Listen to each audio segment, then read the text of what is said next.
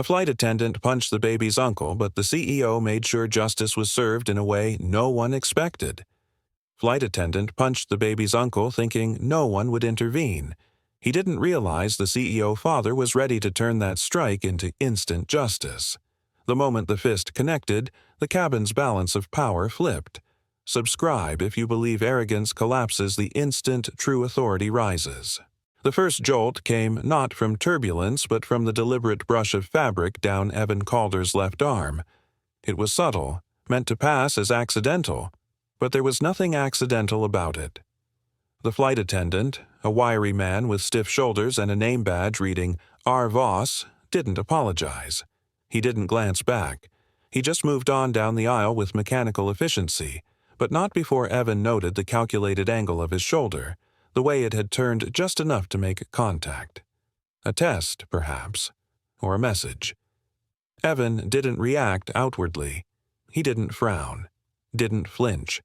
He simply shifted Milo, the infant asleep against his chest, slightly higher in the carrier and adjusted the baby's blanket with calm precision. His fingers moved gently but deliberately, as if sealing the boy in a layer of protection not made of fabric, but focus. Around them, the cabin remained hushed, the dim overhead lights casting soft halos over the rows. Most passengers were immersed in their own little rituals, earbuds in, neck pillows adjusted, seatbelts fastened with quiet clicks. The intercom had long since crackled its last announcement, and now the aircraft rumbled low as it taxied toward the runway. The hum beneath Evan's feet wasn't just mechanical. It was a feeling, a tension unspoken. He'd boarded this flight with one goal: get Milo home, without noise, without conflict, and above all, without attention. He wasn't the child's father, but tonight he was something just as sacred, a guardian in motion. Marcus, his older brother and Milo's father, had entrusted him with this single task. No chauffeurs, no private jet, no security escort, just Evan. Quiet, dependable, invisible Evan. He preferred it that way. He'd chosen a seat near the back, window side, tucked away from the center aisle where eyes tended to linger. The baby had slept through boarding, through taxiing, through the routine bustle of seat assignments and cabin announcements. Perfect. Evan was a man built for stillness. He didn't crave visibility. He understood its cost. That's why even the flight booking had been under a name separate from Marcus Calder, CEO of Northreach Holdings, the kind of man whose name opened doors. But Evan? He closed them, quietly, thoughtfully. And that's why Ryland Voss's gaze, during boarding, had unsettled him. It wasn't curiosity that had passed through the attendant's eyes. It was something colder. A judgment, perhaps. Or suspicion, wrapped in professionalism so thin it didn't conceal the stiffness beneath. Ryland had looked at Evan not with welcome, but with assessment. His eyes had lingered too long on the baby carrier. His lips had twitched at the sight of Milo's tiny cap. And, though he'd said nothing, the message had been sent. Now, as the engine surged and the plane aligned with the runway, Evan's mind replayed that look. Not paranoia, just pattern recognition. He had spent most of his life reading rooms before the rooms read him. And something, he couldn't quite say what, had shifted the moment they stepped onto this aircraft. "Easy now," he murmured into Milo's ear, so quietly it blended with the rising hum. The baby shifted slightly, a soft breath escaping his lips, but he didn't wake. A sharp hiss of air broke the moment, the doors sealing, cabin locked, pressurized, a capsule above the world. Evan's eyes flicked upward, scanning the call buttons, the seatbelt sign, the overhead compartments, not in fear, in quiet calculation. He had no intention of using any of them, but he wanted to know what was where, just in case. That was how Marcus had trained him. Not in boardrooms, but in real-world risk. Know your exits. Know your pressure points. Never speak first, and always think 2 moves ahead. Ryland Voss passed again, this time slower. He didn't stop, didn't speak, but his eyes, sharp, pale and unblinking, skimmed across Evan's row with surgical precision. They dipped to the carrier, then rose to Evan's face, then narrowed. A flicker, like someone squinting at something that doesn't quite belong. Evan met the stare. Not aggressively, not passively either. It was a held gaze, neutral, unwavering, polite but firm, the kind that neither invites nor yields. Rylan moved on. Evan's heartbeat did not rise, but his mind sharpened. He knew something now. He was not alone in his vigilance. From 2 rows ahead, another passenger glanced back. A middle-aged man, beard trimmed, travel bag tucked beneath his seat.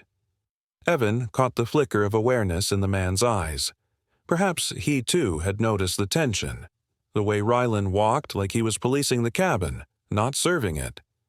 Evan turned his head slightly and exhaled, slow and soundless. He didn't want a scene. Scenes became stories, and stories had ways of growing teeth. He wanted one thing: get the baby home. Let Marcus deal with whatever storm brewed in the corporate world. Evan's job was simpler, but tonight no less dangerous. He adjusted Milo again, pulling the soft blanket higher. The plane began to accelerate, vibration rumbling through the floor. Outside, night swallowed the windows, the landscape reduced to streaks of light and shadow. Evan closed his eyes for a moment. The lights above dimmed. The wheels left the ground. The cabin tilted upward. And the air changed, not just in pressure, but in tone, as though something unspoken had taken off with them. Suspicion, maybe, or the kind of prejudice that wears a uniform and thinks it means authority. Evan didn't know what Rylan's issue was, but he knew one thing. It had nothing to do with flight safety. He opened his eyes again, gaze steady, spine straight. The flight was in motion, and so was something else. Some journeys test patience before they test courage. Rylan Voss returned to the aisle with a practiced, too-tight smile curling at the edge of his lips. His stride was deliberate, too steady, like someone preparing for a scene he'd rehearsed. He stopped beside Evan Calder's seat without asking, tilting forward with the ease of someone who believed his authority would not be questioned. "Late-night flights aren't really ideal for infants, are they?" he said smoothly, his voice coated in artificial courtesy, the kind that dared the other person to take offense. Evan didn't blink. "The airline approved the booking. The child is safe and secured per regulation." His tone was neutral, neither defensive nor apologetic, just calm, factual, efficient. Milo stirred lightly in the carrier against Evan's chest, but the baby didn't wake. Evan gently adjusted the fabric, patting Milo's back with practiced rhythm, never breaking eye contact with Rylan. The attendant lingered. He didn't move aside or even pretend to check overhead bins. He simply remained there, blocking the aisle just enough to be inconvenient, not enough to draw a formal complaint.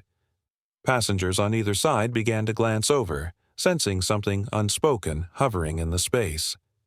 Tension hummed quietly between rows of whispered conversations and the mechanical drone of flight. Rylan leaned a fraction closer, voice dropping half a register. "Seems like some people always get special treatment these days," he muttered, just loud enough for Evan to hear, and just quiet enough for everyone else to pretend they hadn't. Evan didn't respond, not with words. Instead, he adjusted Milo's blanket and gave a soft shush, ensuring the child's comfort remained his focus. His silence was pointed, and it landed with quiet weight. He could feel Rylan still watching him, waiting, almost willing him to respond, to rise, to spark something he could escalate. But Evan had no interest in theater. He caught, in the corner of his eye, a second male flight attendant, broad-shouldered, dark uniform pressed clean, stationed further up the aisle. The man was watching the exchange, eyes darting between Rylan and Evan, but he said nothing. No intervention, no acknowledgement, just stillness. His posture betrayed uncertainty, maybe even reluctance. Evan noted it. Every silence, every absence counted now. Ryland's jaw flexed as he finally stepped back, just enough to allow a passenger behind him to pass. But the smile was gone. His face had hardened, not with professionalism, but with something heavier, wounded pride. He turned without a word, stalking up the aisle with clipped steps.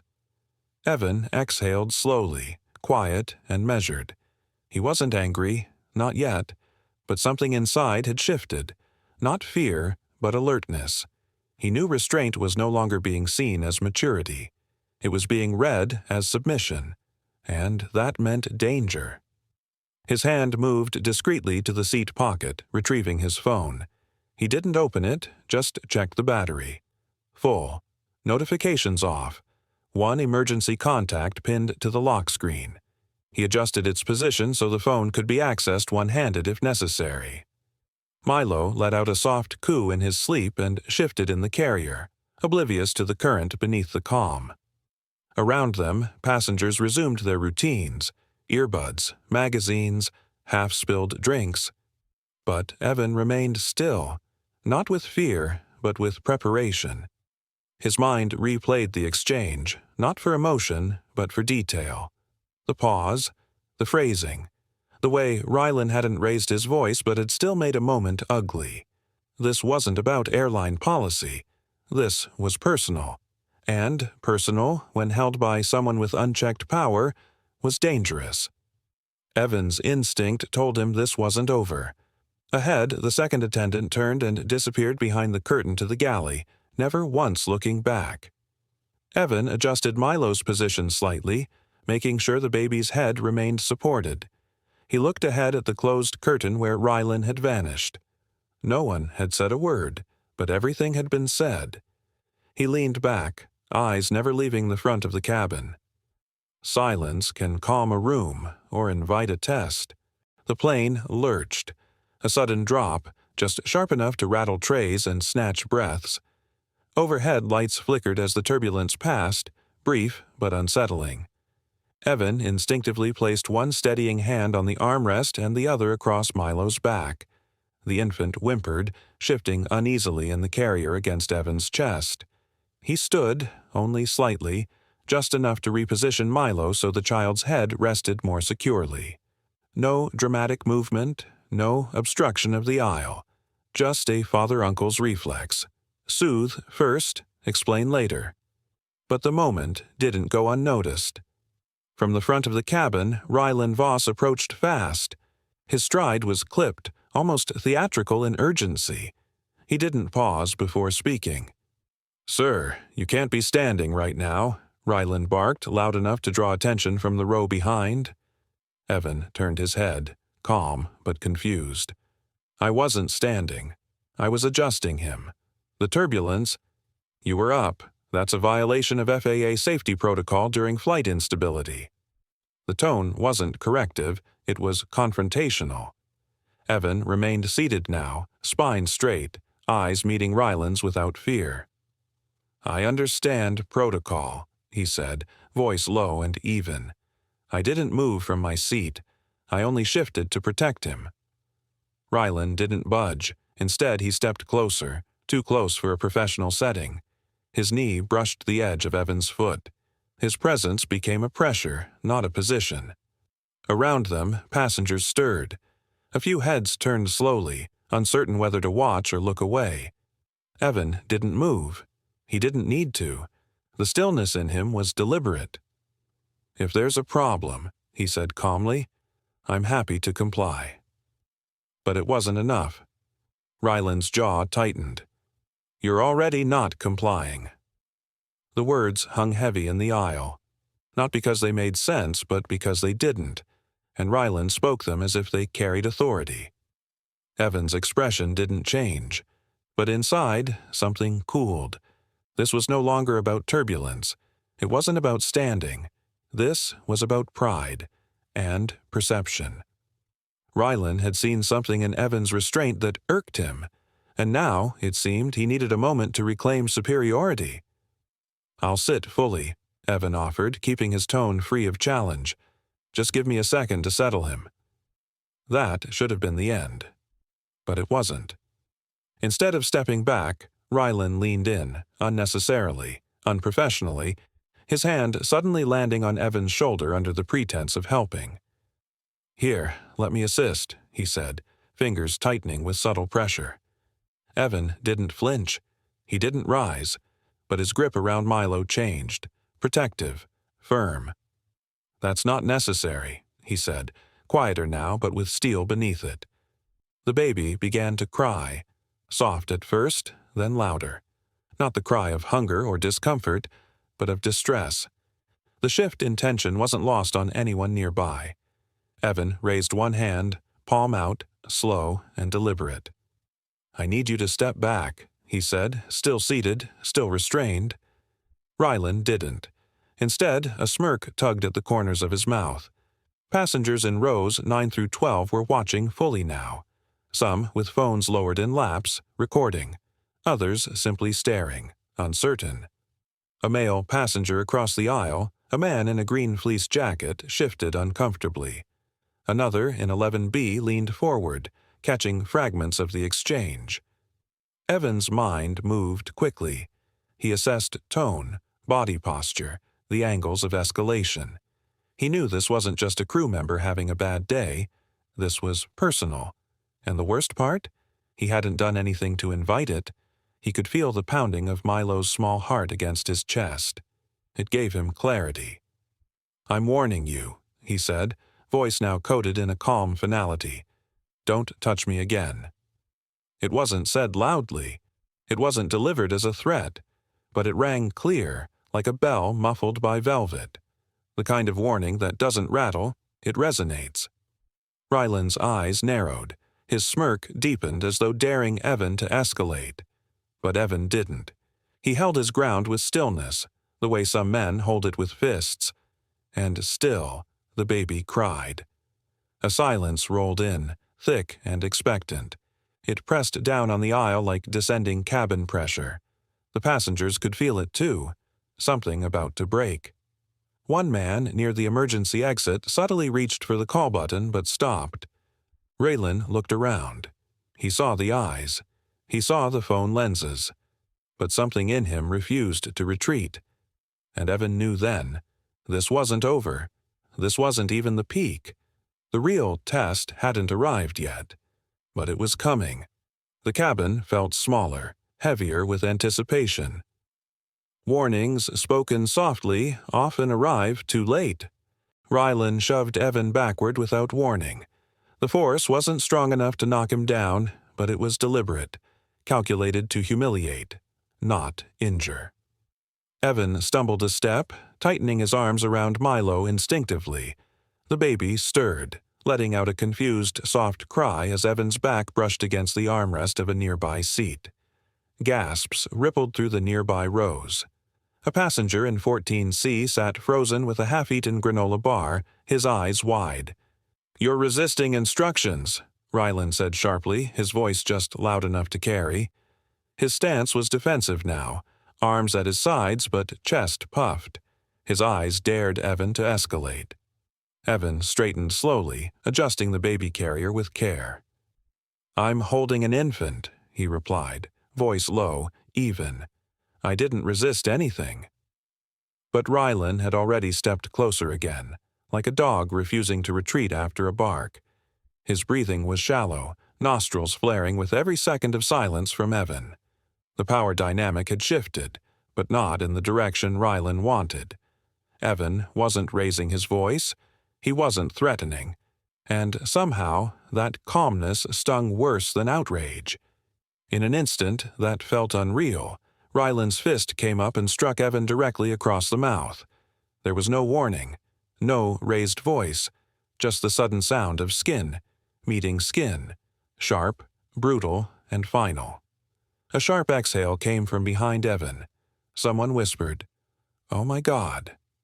A soda can rolled from someone's tray and clattered quietly down the aisle, like punctuation. Evan's head jerked slightly from the blow, and a metallic taste filled his mouth. He blinked hard, instinct roaring in his chest like fire leaping to life. For one breathless moment, time slowed. He could see Rylan's smirk flicker.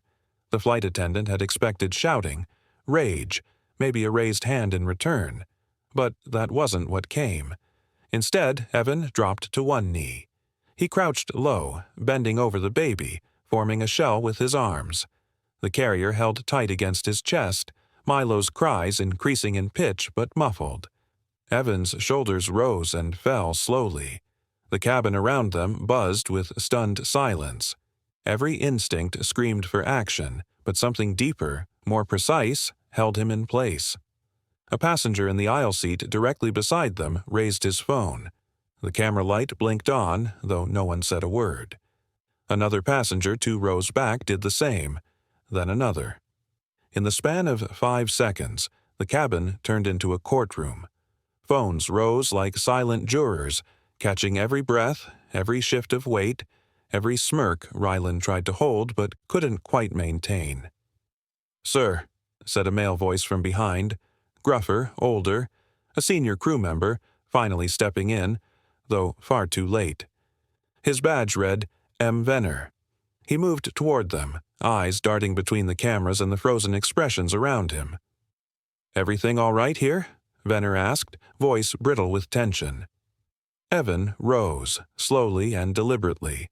He lifted his hand, wiped a trace of blood from the corner of his lip with the back of his thumb, then looked directly at Rylan. There was no fear in his eyes now, no hesitation.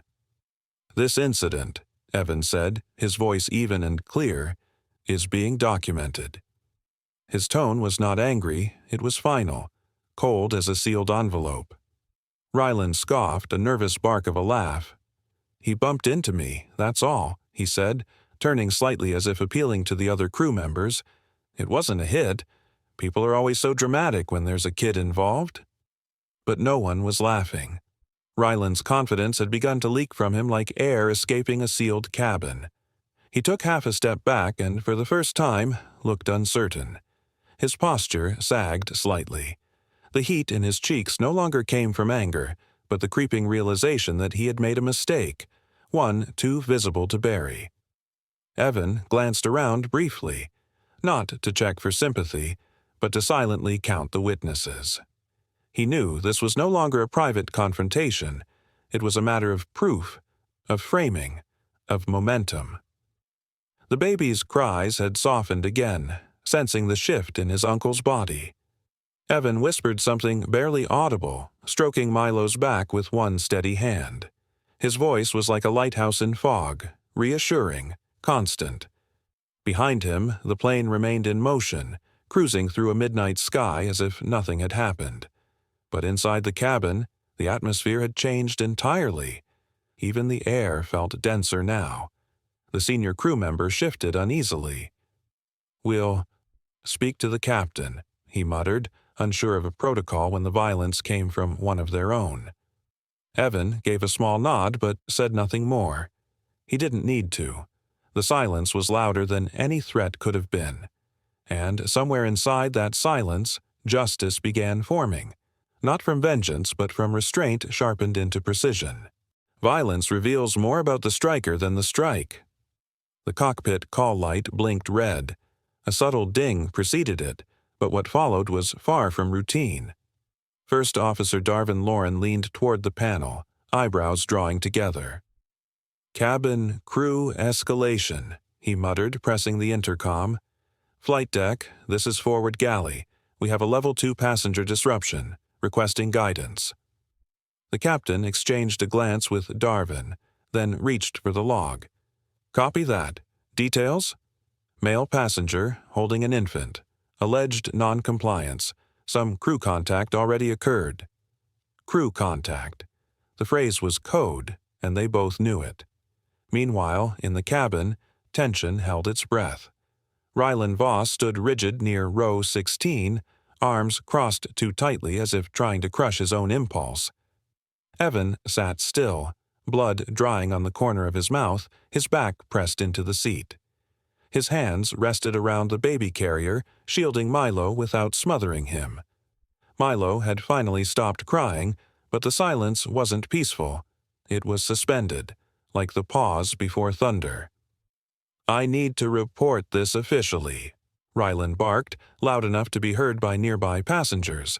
His voice cracked slightly, not from emotion, but strain. The passenger became verbally aggressive, stood during turbulence, and resisted crew direction.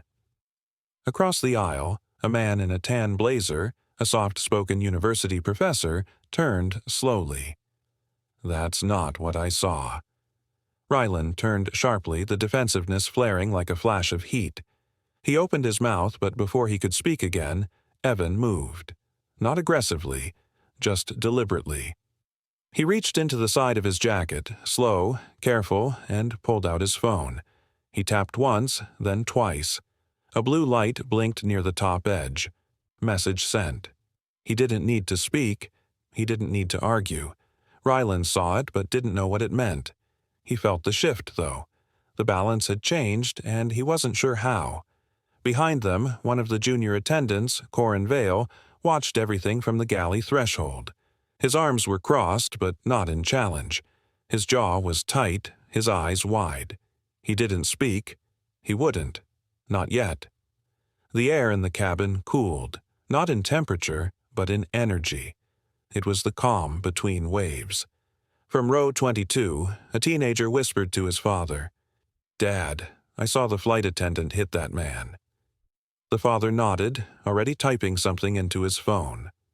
Across the aisle, another man filmed subtly with his device angled against the seat back in front of him. Ryland began to pace the narrow space behind the galley curtain. His posture shrank, shoulders rising higher with each step, neck tightening. He'd expected resistance. He'd expected argument. He'd even prepared for a fight. But this was something else. He returned to Evan's row after a full minute. "Sir, I'll be filing an incident report and notifying authorities on landing," he announced, trying to reclaim authority. Evan looked up slowly, eyes calm but heavy. "You do what you need to do," he said, voice even. "Just be sure it matches the footage." Ryland froze. It wasn't a threat. It wasn't even a warning. But it was the first sign that Ryland had lost control of the story. The lie was collapsing mid-flight. Up front in the cockpit, Captain Halric Voss checked the diversion log.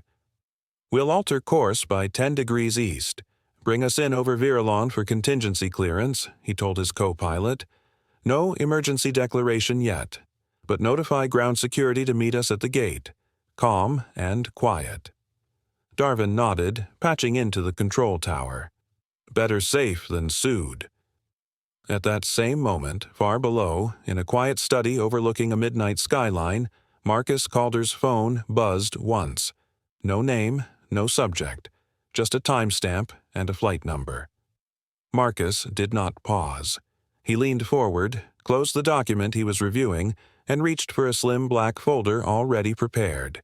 Inside, a copy of Northreach Holdings' legal charter, an ethics escalation protocol, and the direct compliance path to the Federal Transit Board. He texted no one. He made no calls. He didn't need to. In the sky, Ryland could feel it even if he couldn't name it. Momentum was leaving his side. Passengers no longer looked confused or passive. They looked alert, concerned. Some had their phones held just a little too visibly. One older gentleman had even begun scribbling on a napkin, perhaps intending to be a witness. Evan remained seated, not out of defeat, but out of precision. His mind ticked through possibilities. What would the captain say upon landing? Would security believe the first story told or the most calmly explained? Would Ryland escalate again? The answer to that would come soon enough. For now, Evan focused on Milo's breath, steady now, chest rising in gentle rhythm against his own. "Sir," a male flight attendant finally said, Corin again, stepping forward slowly, "would you like some water?" It was the first neutral gesture from the crew. Evan nodded once. "Thank you." The acknowledgement made Ryland's neck flush red. He turned away again, fists clenched, not in confidence anymore, but desperation. The plane dipped gently as it adjusted course. Seatbelt signs remained lit. Conversations lowered to murmurs like prayers waiting to be answered. Up front, the captain glanced again at the incoming messages. "No escalation," he told Darwin. "We let the ground sort this one." In the cabin, nothing more was said for the next 20 minutes, but everything had already begun to move. The baby slept again, safe against his uncle's chest. Evan gently rocked him, eyes half closed but mind fully awake. He knew the game had changed, and though no alarms rang and no sirens screamed, something had begun.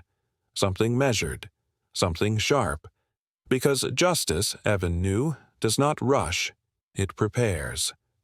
The plane continued toward its destination. Ryland believed the worst was over. He was very wrong. Some landings change lives long after the wheels touch ground. The wheels struck the tarmac with a muted jolt, the fuselage groaning as Virelon National's runway stretched beneath the descending aircraft. The cabin lights flickered back to full brightness, and silence swallowed the space. No one clapped, no one moved.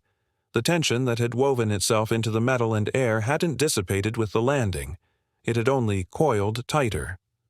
A chime echoed overhead, followed by the captain's clipped voice. "Ladies and gentlemen, welcome to Virelon National. Please remain seated as we taxi to the gate." His tone betrayed something unsaid, neutral but cautious, almost rehearsed. At row 17, Evan Calder adjusted the soft carrier around his chest. Milo had finally drifted back into peaceful sleep, small fingers curled gently against Evan's shirt. But Evan's own body remained alert, still, but not relaxed. Every muscle had memorized the earlier tension with Ryland Voss. Every breath had been calculated to avoid escalation. Now, with the flight complete, a different kind of readiness settled over him. Near the front of the aircraft, Ryland stood stiffly, facing forward, his jaw locked. He hadn't looked back once since the turbulence incident. His smile was gone, replaced by a pale discomfort that crept beneath his professional shell. The smirk he once wore with pride had vanished sometime between Evan's silence and the first raised phone in the aisle. The seatbelt signs turned off. A rustle of motion passed through the passengers, but no one rushed to leave. A murmur grew near the galley, not of impatience, but preparation. When the front door finally opened and the air bridge hissed into place, 2 airport security officers stepped aboard. Both men wore the sharp blue uniforms of Virelon Gate Enforcement. They looked around expectantly. "Where's the passenger?" one of them asked, nodding toward the rear. "The report said we'd have a disruption issue." A man in seat 8C, middle-aged with graying hair and a determined gaze, stood first. "You've been misinformed," he said, stepping into the aisle. "The problem isn't back there." He pointed forward, directly at Ryland. The second security officer blinked.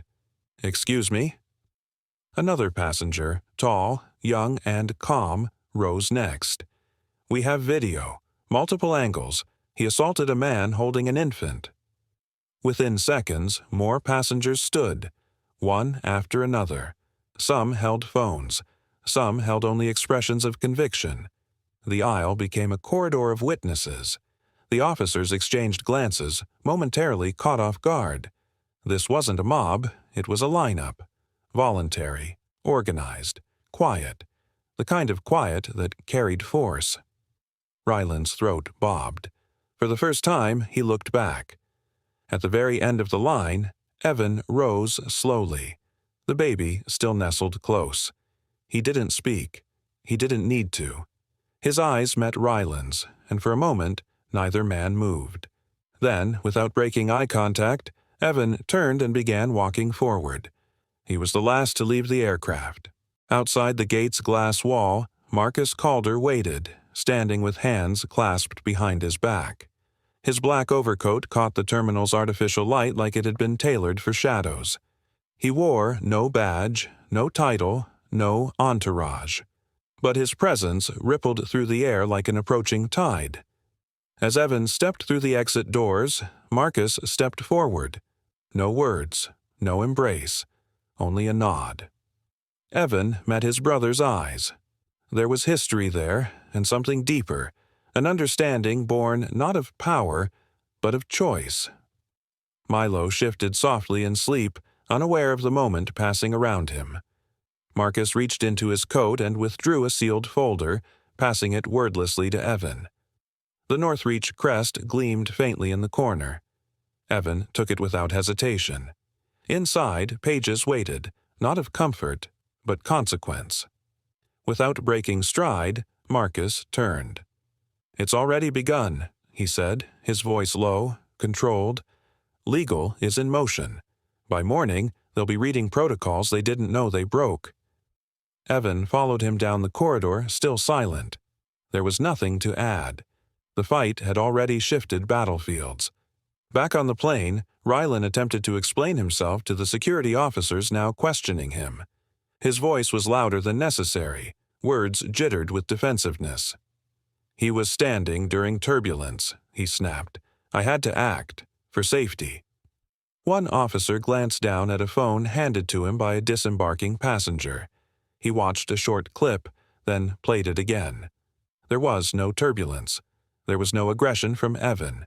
Just Rylan, suddenly lunging forward. The officer looked up. "We'll be needing your badge, sir." "Are you serious?" Rylan scoffed, voice cracking. "I was doing my job." The second officer remained expressionless. "Then you'll be glad to explain it to the Ethics Oversight Committee. Tonight." At 10:17 p.m., Rylan Voss was suspended pending formal review. At 10:48 p.m., Northreach Legal sent their first notification packet to the airline's internal regulatory office. It included documentation referencing federal air travel conduct clauses, security oversight failures, and a breach of in-flight physical contact protocols.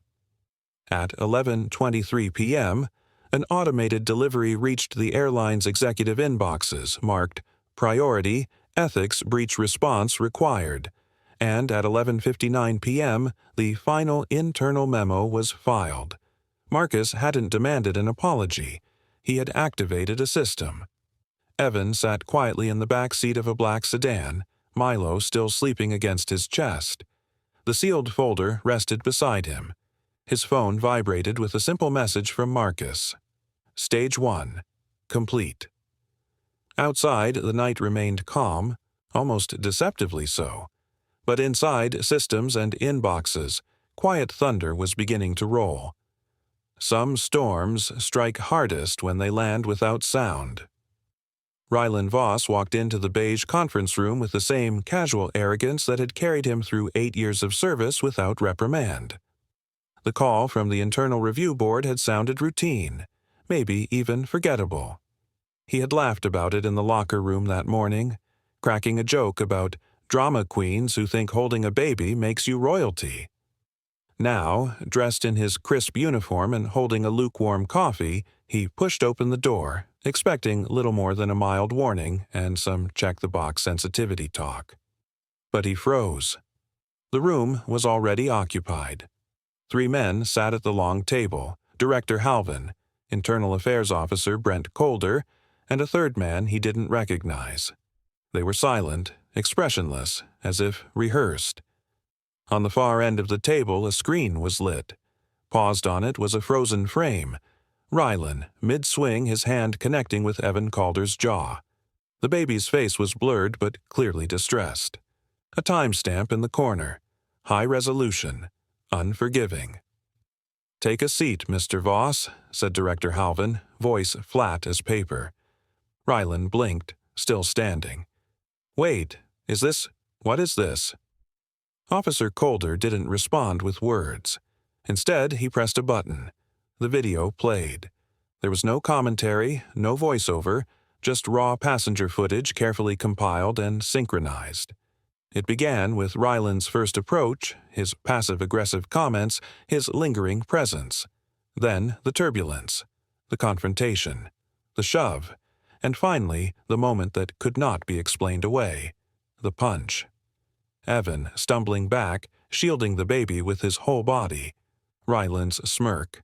Silence. Phones recording. When the video stopped, Rylan looked away from the screen.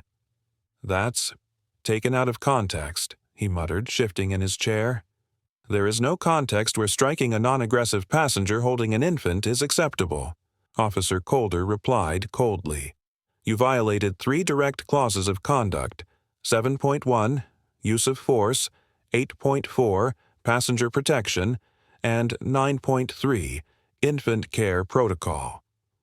"I was trying to prevent a safety hazard," Ryland said, suddenly louder, more desperate. "He stood during turbulence." "The footage shows he stood after turbulence had already passed," Director Halvin interrupted. "And you escalated." Ryland's hands curled into fists beneath the table. "So what? I lose my job over this?" There was no answer, only a pause. Then Officer Calder reached into a drawer and placed a clear plastic sleeve on the table. Inside was Ryland's ID badge. "You'll surrender this today. Your access is revoked, effective immediately. You will receive formal notice of disciplinary review within 48 hours.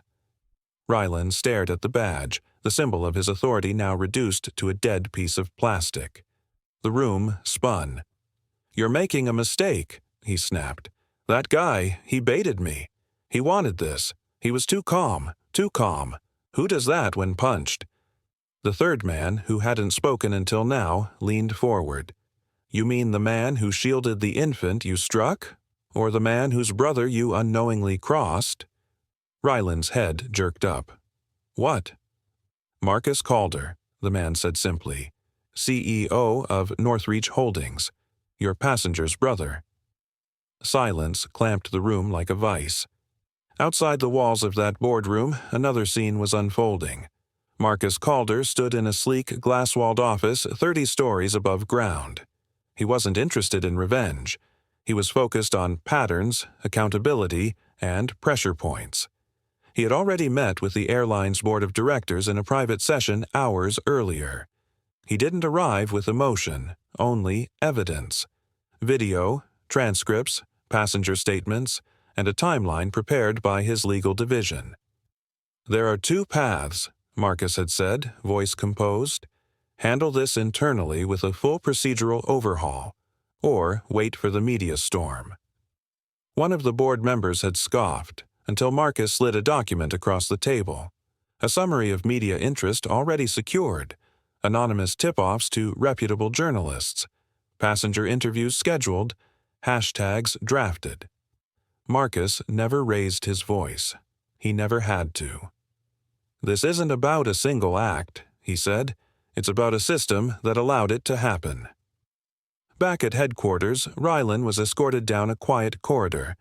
The walls that once held airline achievement posters now felt oppressive, closing in. As he passed a group of junior attendants, conversation died mid-sentence. No one met his eyes. By nightfall, the airline's name began trending online, not for a milestone or merger, but for a headline that moved faster than any press release. "Baby attacked mid-flight, uncle stayed silent, but CEO did not." Clips of the incident looped endlessly. Commentary flowed. Passenger statements were posted anonymously. The story was no longer just about a punch. It was about power, silence, and what happens when calm men have powerful brothers who know how to move quietly through systems. In every comment thread, a new phrase began circulating: the Calder effect. It stood for strategy over rage, for making impact without spectacle. Inside a dim apartment, Ryland stared at his muted television. His phone buzzed with messages from former colleagues, some sympathetic, some distant. None surprised. Deep down, he knew. This wasn't sudden. This was cumulative. He had walked past warnings, brushed off complaints, and now found himself exactly where silence had been waiting to catch him. He closed his eyes, wishing he could rewind more than footage. "Some lessons are taught through silence, others through strategy." The attendant smirked, confident his aggression would go unpunished, unaware that every movement, every witness, and every second had already been anticipated by a CEO who doesn't tolerate harm to his family. If you believe cruelty under a uniform always folds when strategy meets unstoppable force, hit subscribe now, because justice never hesitates. The silence between them wasn't cold, it was intentional. Evan sat on the edge of the sofa in Marcus's private office, hands clasped, head slightly bowed. The soft overhead lighting made the edges of his dried lips stand out, the scab from Ryland's punch now dark and clean. Across the table, Marcus stood with his back to the window, staring not at the city lights below, but at his own reflection in the glass, calculating. "They offered compensation," Evan finally said, his voice level. Marcus turned. "And?" "I declined." A slow nod. "Good." Evan glanced at the closed manila folder sitting beside him. Inside were copies of passenger footage, time-stamped screenshots, policy excerpts, and airline internal conduct codes Marcus had already pulled together through his quiet network. "I don't want headlines," Evan added. "I just want Milo to grow up without seeing my name in some courtroom article." Marcus crossed the room, picked up the folder, and placed it squarely in front of his brother. "Then we'll make sure the headlines never mention you," he said calmly. "But the policies will." The following days unfolded with quiet precision. Together they reviewed every second of recorded footage, 4 angles from passenger phones, 1 shaky clip from a child's tablet in row 17, even a grainy shot from the galley door cam that hadn't been wiped. Marcus had connections in aviation compliance who fed him everything without waiting for formal requests. He didn't need subpoenas. He just needed purpose. The footage left no room for interpretation. Ryland's smirk before the strike, the subtle roll of his shoulders, the way Evan's jaw snapped to the side, but his arms never shifted from protecting the baby. It was all there, frame by painful frame. Still, the airline wasn't interested in justice. Not yet. They sent a representative, an executive named Delrin Marsh, to de-escalate matters privately. The man arrived at Northreach headquarters wearing a tight smile and a suit 2 shades too expensive for sincerity. He spoke of a regrettable incident, of pressures in high-altitude environments, and then he opened a checkbook. "Name your amount," Delrin said. "We can settle this with grace, quietly." Marcus didn't flinch. He leaned forward and slid a printed page across the table instead. A proposed independent audit of the airline's crew training protocols, escalation policies, and incident reporting systems. Delrin frowned. "This isn't what we were expecting." "No," Marcus said, his voice like a scalpel. "It's what you were warned was coming." Ryland, meanwhile, had hired a lawyer from a firm known for spinning misconduct into procedural misunderstanding. He gave a recorded interview to internal HR, insisting Evan had stood aggressively, escalated verbally, and refused multiple compliance orders. But the recordings painted a different story. And then came the ripple, the unraveling. A former flight attendant named Halron Dent reached out anonymously, sharing that Ryland had once cornered a passenger during a delayed boarding, threatening arrest over a stroller mishap. Another incident surfaced in internal documents marked confidential. A medical assistant from 4 months ago had filed a verbal abuse claim against Ryland. It had been dismissed quietly. Marcus dug deeper. Through back channels, he offered legal assistance to past employees willing to come forward. Some hesitated. Others replied with single words. Finally. By the end of the week, 4 more formal complaints resurfaced, each one ignored, each one now very public. Evan stayed out of view. He avoided calls from journalists, declined interview requests, and refused Marcus's suggestion to make a public statement. When asked why, he simply said, "Milo didn't ask for fame. I won't trade his peace for mine." But Marcus was not done. The airline's CEO, a man named Karen Voss, finally requested a direct meeting, not through lawyers, not through intermediaries. Marcus agreed. The meeting took place in a neutral corporate boardroom near the downtown legal district. No reporters, no entourage. Just 2 men, 1 folder, and a hidden recording device set precisely under the table. Karen opened with pleasantries, then pivoted to accountability. "We want to move forward. We believe in resolution." Marcus opened the folder. He didn't raise his voice. He didn't posture. Instead, he laid out 3 things. 4703. What Rylan had done. 4704. What the airline had ignored. 4705. What would now happen if they chose silence again? He listed violations by clause number. He referenced FAA protocol failures, gaps in incident de-escalation, and discrepancies between official logs and passenger videos. Then he paused, reached into his pocket, and removed a simple black pen. He placed it on the table with care. "This isn't a threat," Marcus said, his voice low and final. "It's an opportunity. You choose how this ends, with dignity or with damage." Karen looked at the pen, then at the papers. He said nothing, but in that silence, the shift became real. Later that night, Evan sat on the balcony of his apartment, holding Milo gently as the baby slept in his arms. He looked down at the glowing city, at the soft curve of Milo's cheek, and allowed himself a breath that felt different from the others. Not relief, but clarity. He didn't know what the airline would do next, but he knew what he had done. Every choice, every moment of restraint, every step forward. Marcus texted one sentence that night, no emojis, no names. True power speaks loudest in prepared silence. A month later, the apology came, but not as a gesture of conscience. It arrived as a rehearsed, half-hearted broadcast from the airline's interim communications director, standing behind a sterile podium with the company's logo cropped tightly in the frame. His voice was steady, his words carefully measured. "We deeply regret the in-flight incident involving one of our crew members and a passenger traveling with an infant. We are committed to ensuring such events never occur again." But those watching, those who knew, felt the hollowness beneath the script. The apology didn't land with weight. It floated like ash from a fire that had already consumed too much. In Northreach's headquarters, Marcus Calder stood in front of a large screen, arms folded, watching the broadcast with unreadable eyes. Evan was seated in the corner of the same room, Milo asleep in a carrier strapped to his chest, unaware that the world had momentarily tilted in his name.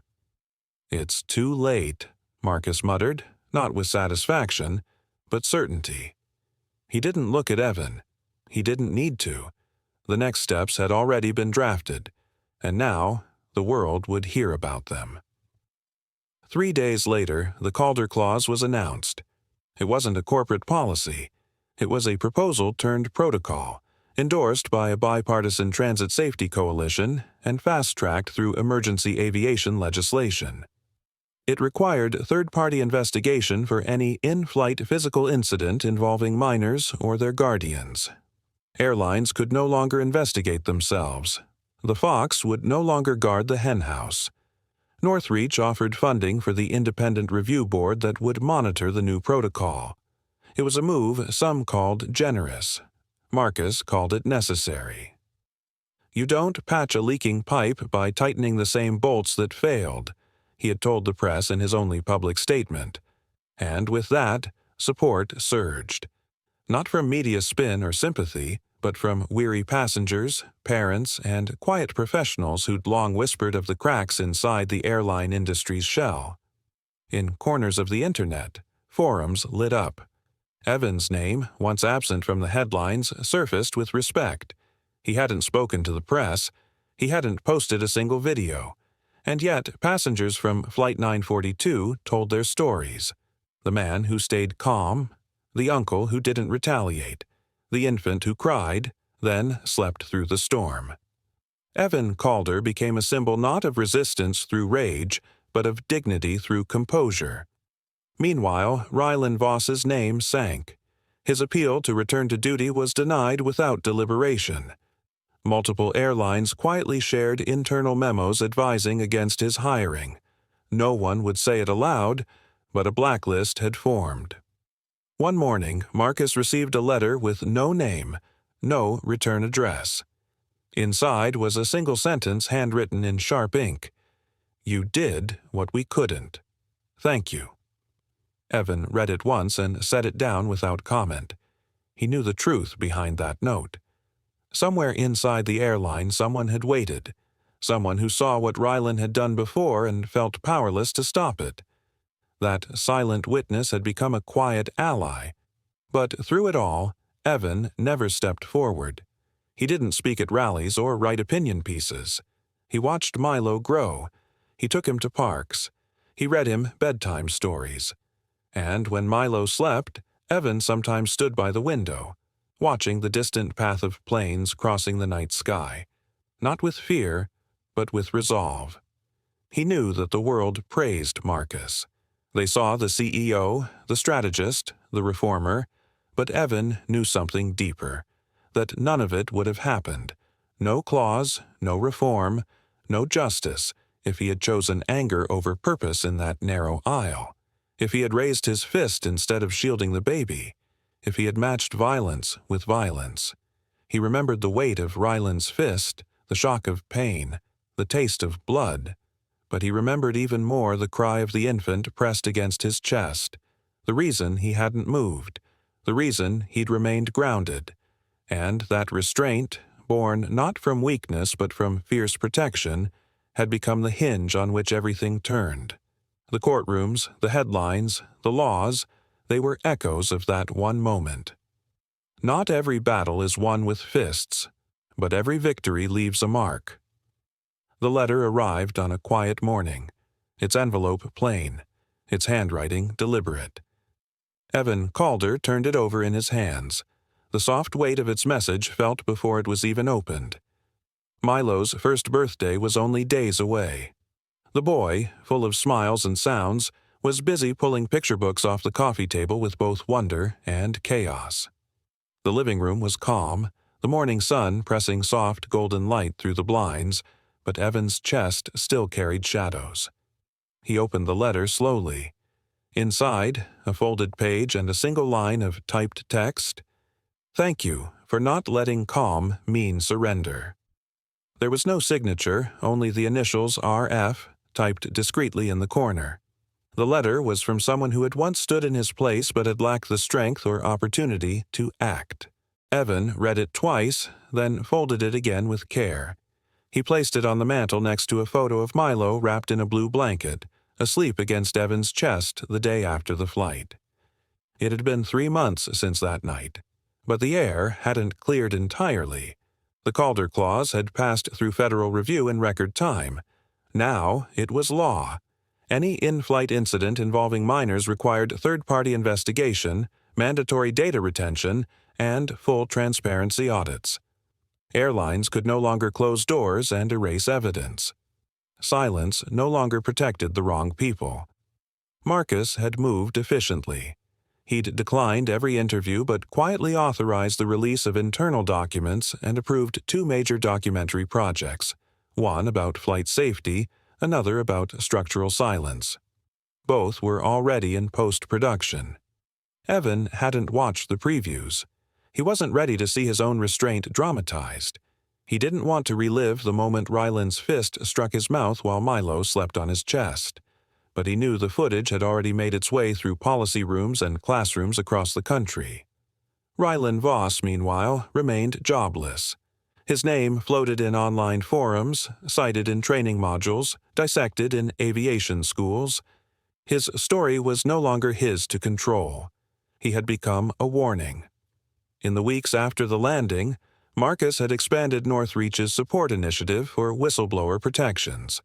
What began as a single line in an ethics handbook had become a full division. Investigators were hired, and case files reopened across multiple carriers. Evan saw none of this directly, but Marcus shared weekly updates, each email ending the same way. "We're not done." Evan had tried to stay out of the spotlight, but invitations kept arriving. Panels, advisory sessions, policy briefings. He turned most down until he couldn't anymore. One cold afternoon, he stood before a panel of federal advisors, speaking not as a reformer, but as a man who had once sat silent on a flight, blood drying at the edge of his lip, while his nephew slept against his heart. "I didn't stay quiet because I was weak," Evan said, voice steady. "I stayed quiet because Milo didn't need a fight. He needed me whole. So I chose clarity over retaliation. That choice cost something, but it built something too." He watched as one of the younger advisors blinked rapidly and scribbled notes. The others sat still, absorbing what wasn't written on any form, what lived only in decision and aftermath. Back home, Milo's laughter filled the air more often now. He'd begun walking with a wobble and demanding attention with a raised brow that reminded Evan of Marcus. The boy remembered nothing of the flight, not the punch, not the camera phones, not the low growl of injustice. He remembered arms that held him steady and voices that whispered lullabies over the roar of engines. But Evan remembered everything. Late one evening, as he helped Milo stack plastic blocks in uneven towers, Evan received another letter. This one bore a legal watermark.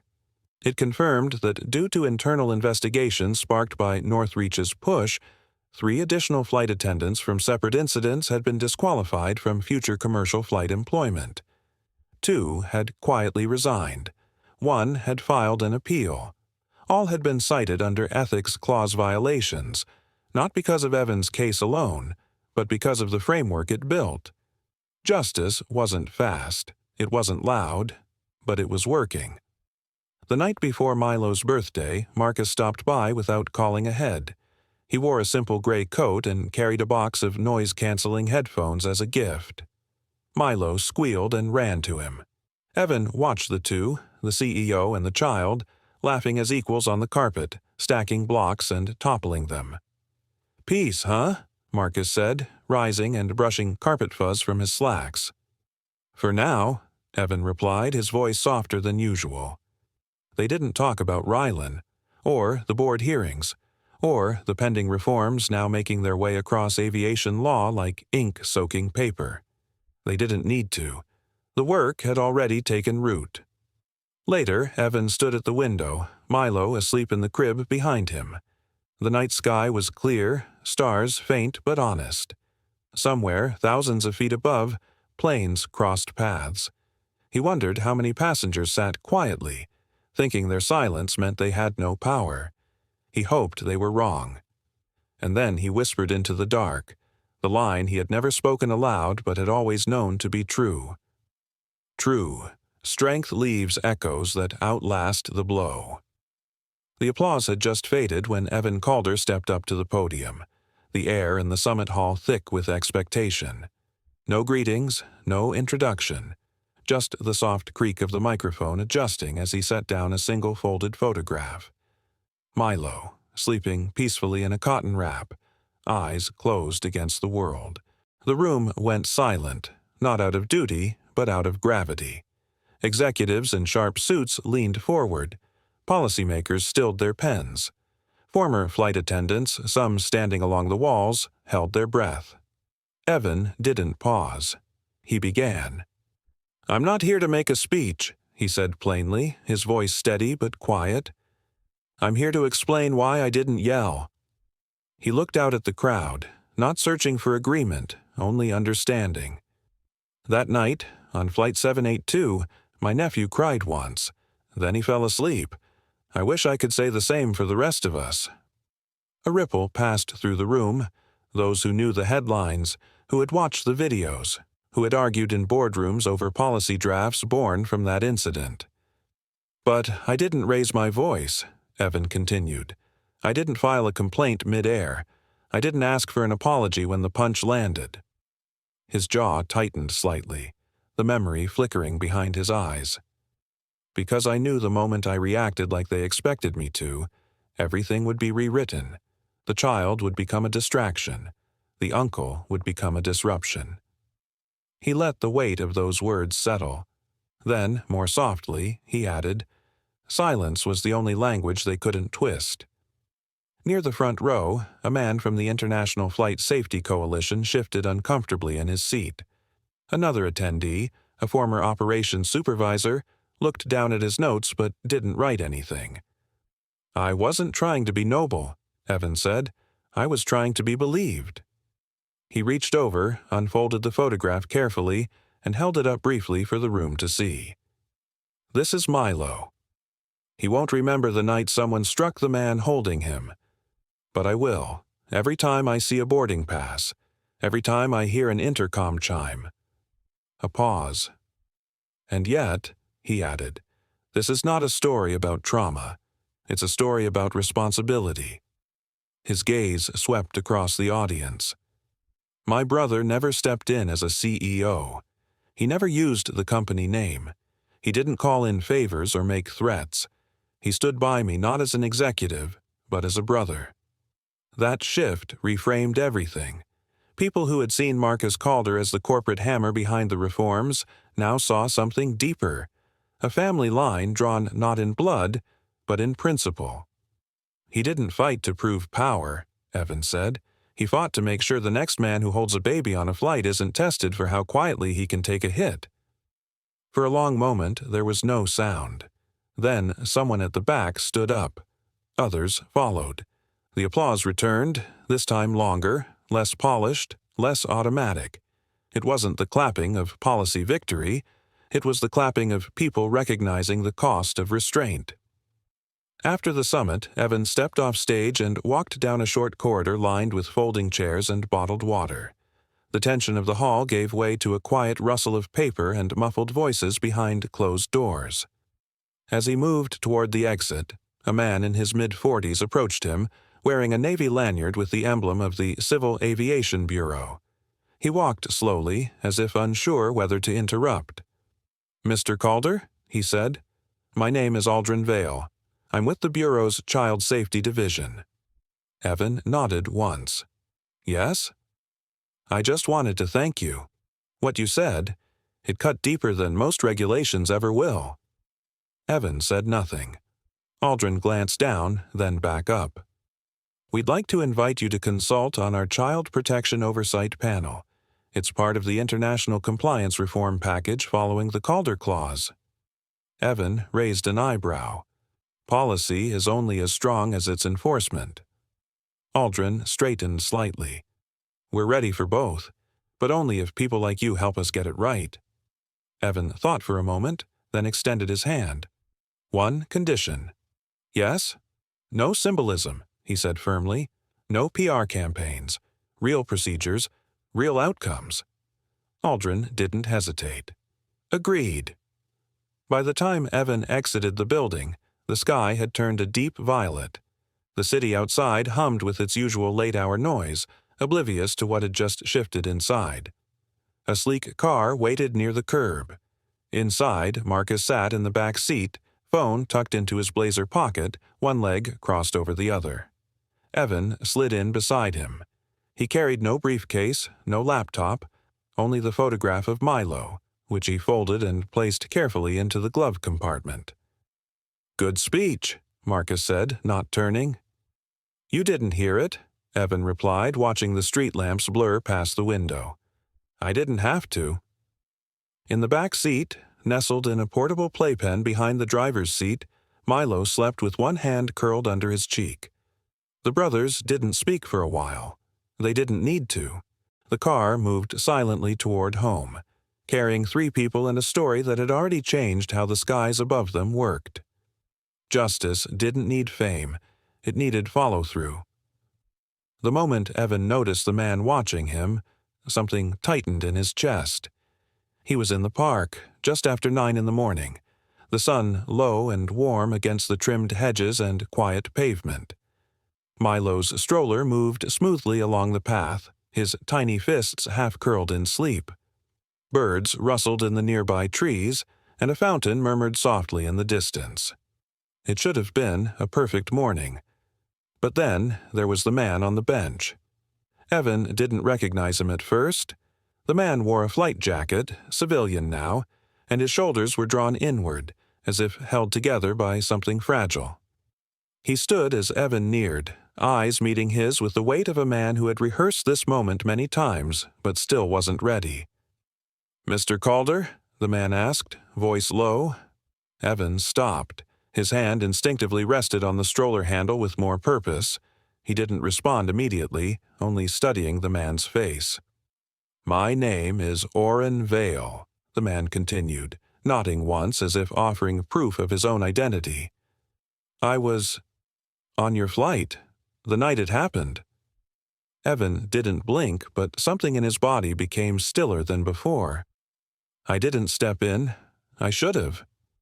Orrin's voice cracked faintly. "I worked with Rylan. I knew what he was capable of.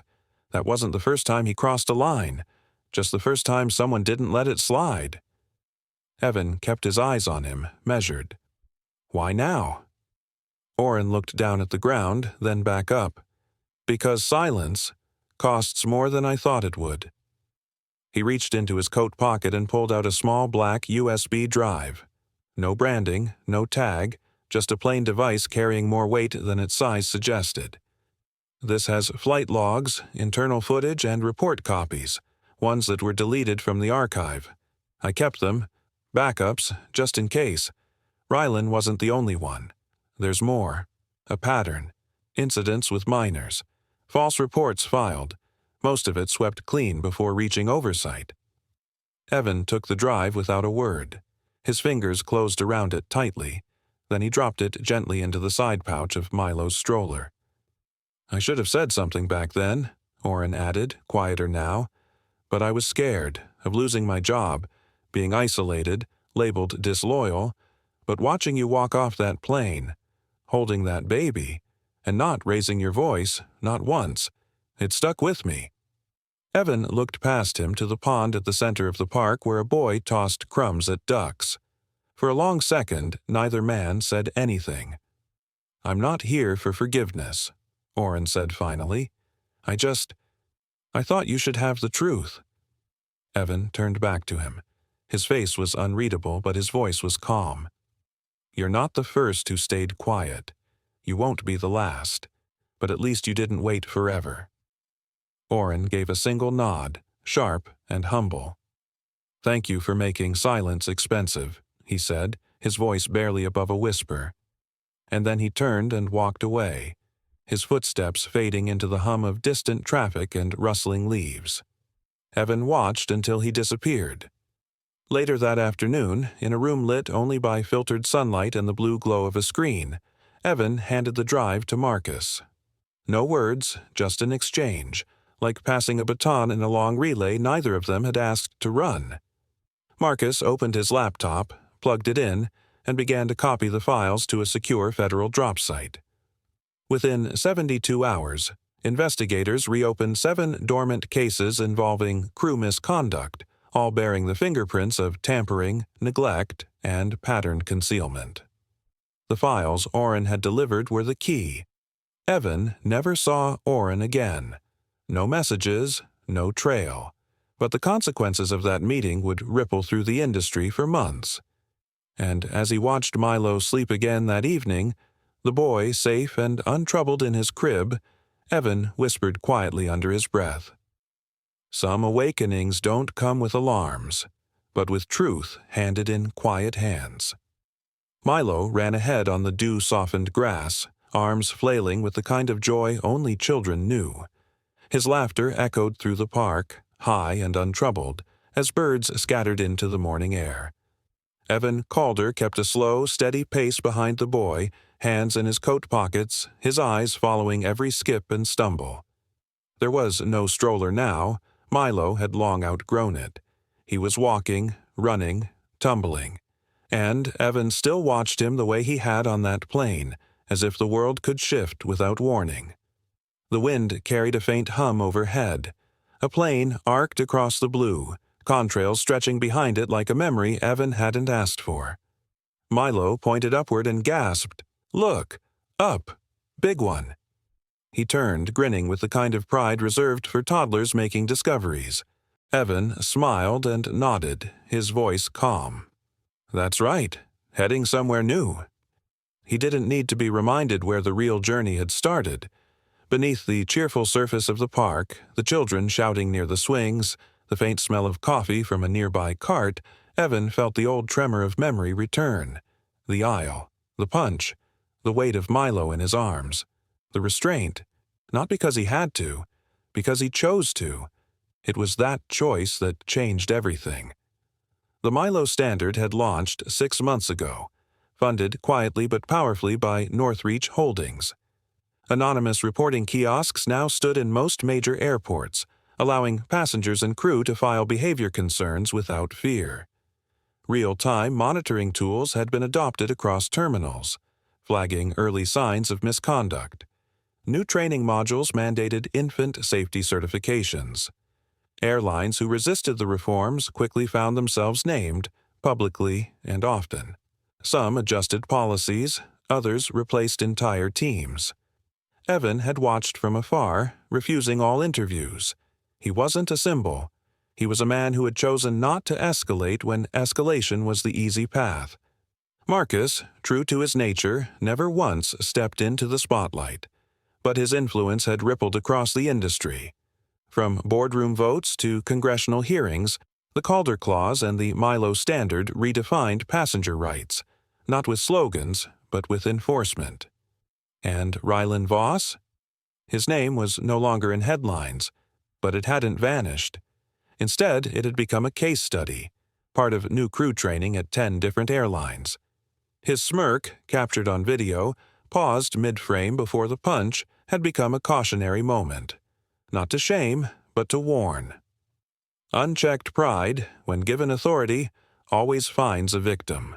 One training manual now read beneath Ryland's still image. Milo ran back toward Evan, huffing with laughter, cheeks red from the chill. "Plane gone," he said between breaths. Evan crouched and caught him, holding the boy close. "That's all right," he murmured. "We're not chasing planes today."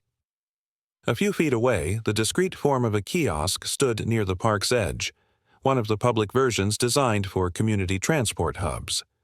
A small plaque at its base read, "The Milo Standard. Dignity in transit begins before takeoff." Evan had never asked for that, but when the design mock-ups were finalized, Marcus insisted. "They should know," Marcus had said, sliding the folder across the table. "What you chose changed everything. Don't let them forget that it came from silence, not revenge."